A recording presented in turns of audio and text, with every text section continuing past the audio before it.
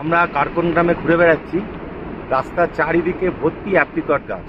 এইগুলো দেখছেন, আমাদের ওখানে যেরকম কুল জাম হয়ে থাকে, একদম ভর্তি অ্যাপ্রিকট গাছ। কিন্তু অ্যাপ্রিকটেরও দু তিন রকমের ধরন আছে। এগুলো একদম ছোট ছোট, তাই এগুলো সেইভাবে খায় না, একটু স্বাদে টক। এগুলোর বীজগুলো বার করে নিয়ে সেগুলো থেকে তেল বার হয় এবং ওরা ওই তেল রান্নার কাজেও ব্যবহার করে এবং কোনো ওষুধ হিসাবেও সেটা ব্যবহার হয়। যে অ্যাপ্রিকটগুলো বড় এবং খেতে খুব মিষ্টি, সেগুলোই একমাত্র শুকিয়ে প্রিজার্ভ করা হয়, বাইরে বিক্রিও হয় এবং এখানকার মানুষ খায়। ওই জন্যই আমরা আস্তে আস্তে বুঝতে পারছিলাম না, রাস্তার ধারে প্রচুর অ্যাপ্রিকট পড়ে আছে, কারোর কোনো আগ্রহ নেই কেন।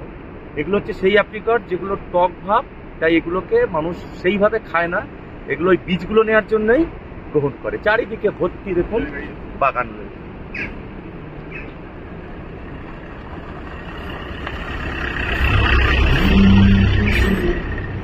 চারিদিকে বাগান রয়েছে, রাস্তার খাড়াই পাহাড় উঠে গেছে, দেখতেই পাচ্ছেন।